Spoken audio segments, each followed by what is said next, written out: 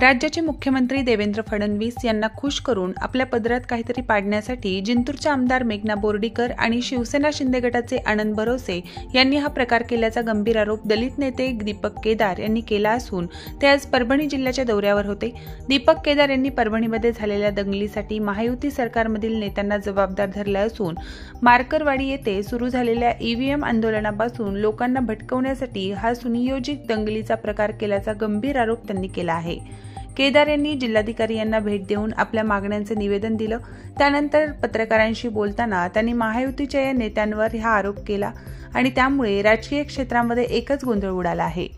सुनियोजित गट आहे, राज्यामध्ये महायुती सरकार आलं आणि त्याच्या विरोधात मार्करवाडीपासून ईव्हीएमचं आंदोलन पेटलं आणि हळूहळू राज्यामध्ये ईव्हीएमच्या आंदोलनाचा उद्रेक होणार होता।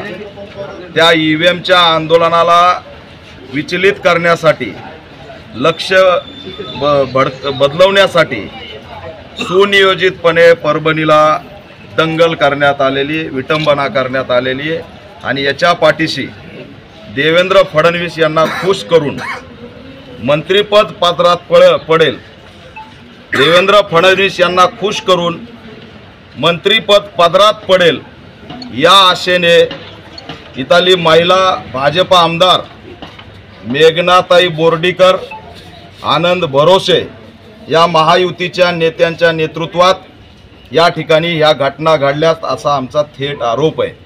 त्यांनी असणारं ईव्हीएम पासून लक्ष विचलित केलं आणि ईव्हीएम पासून लक्ष विचलित करण्यासाठी त्या ठिकाणी परभणीला टार्गेट केलं। नामांतराच्या लढ्याचा इतिहास आहे की परभणी हे आंबेडकरी चळवळीचं केंद्र आहे।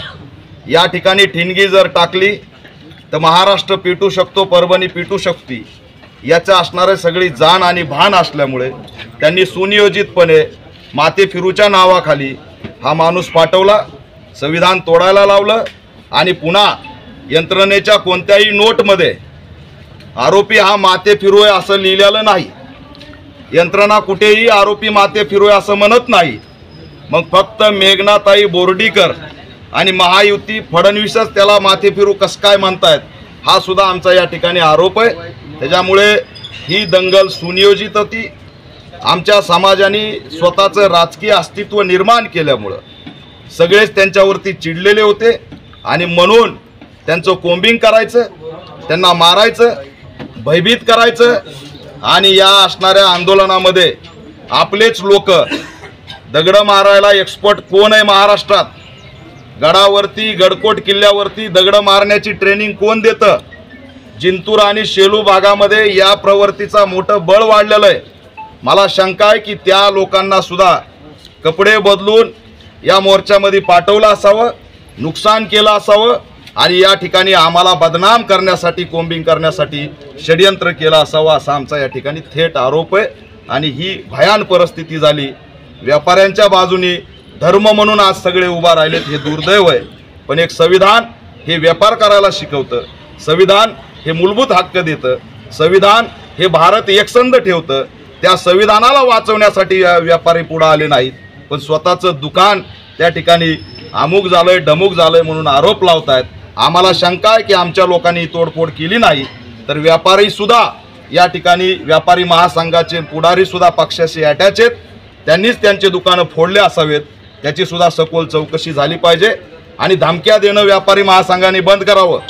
जीएसटी असेल, अनेक आंदोलनं असतील, व्यापाऱ्यांच्या बाजूने आंबेडकरवादी मैदानात उतरलेला आहे आणि तुम्ही जर नुकसान भरपाईची भाषा करून या ठिकाणी शांत झालेलं वातावरण भडकवण्याचा प्रयत्न करत असाल तर मी जिल्हाधिकाऱ्यांना मागणी केली की जर व्यापारी धमकी देत असतील, सुरळीत त्यांना जर परभणी चालू द्यायची नसेल तर व्यापाऱ्यांचं स्वपॅक लायसन रद्द करावं आणि त्या ठिकाणी जी आम्ही गावकुसात बघतोय की दलित अन्याय अत्याचार झाल्यानंतर सामाजिक बहिष्कार टाकला जातो, आज परभणीमध्ये शहरी व्यावसायिक बहिष्कार टाकलाय।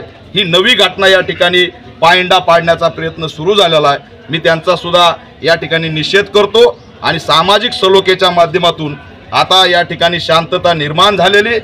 भीमनगरला आमच्या आया बहिणींना टार्गेट केलंय, लहान लहान मुलींना मारहाण करण्यात आली। मी जिल्हाधिकाऱ्यांना मागणी केली की आपल्या कॅबिनमध्ये सर्वपक्षीय बैठक बोलून फायदा नाही, तर आपल्या स्वतःला स्पॉटवर जावं लागेल आणि आमच्या मारहाण झालेल्या आया बहिणींच्या पुरुषांच्या जखमा बघावं लागतील, त्याचा अहवाल तयार करावा लागेल। मानवी हक्क अधिकार आयोग असेल, अनुसूचित जाती जमाती आयोग असेल, मी महिला आयोगाच्या अध्यक्ष रुपालीताई चाकणकर यांना सुद्धा आवाहन करतोय की या महिलावरती झालेला अमानुष अत्याचार पाहण्यासाठी त्यांनी भीमनगरला आलं पाहिजे। भीमनगरचे मतं त्यांना चालतात, परंतु आमच्या जखमा बघायला त्यांना वेळ नाही। हे असणारं दुर्दैव आहे। मास्टर माइंड अटक झाला पाहिजे, या ठिकाणी देशद्रोहाचा गुन्हा दाखल झाला पाहिजे आणि त्या सर्व पुतळ्याच्या आजूबाजूला 100 मीटर अंतरावर कोणताही व्यवसाय चालता कामा नये, त्याला कायमस्वरूपी 12 महिने सुरक्षा दिली पाहिजे। छत्रपती शिवाजी महाराज असतील, लोकशाहीर अण्णाभाऊ साठे असतील, डॉक्टर बाबासाहेब आंबेडकर असतील, सर्व पुतळ्यांना त्या ठिकाणी सुरक्षा देण्याचं काम यंत्रणेने करावं असं आवाहन मी या माध्यमातून करतो। प्रतिनिधी रियाज कुरेशीसह मी अबोली जोशी, DLP न्यूज परभणी।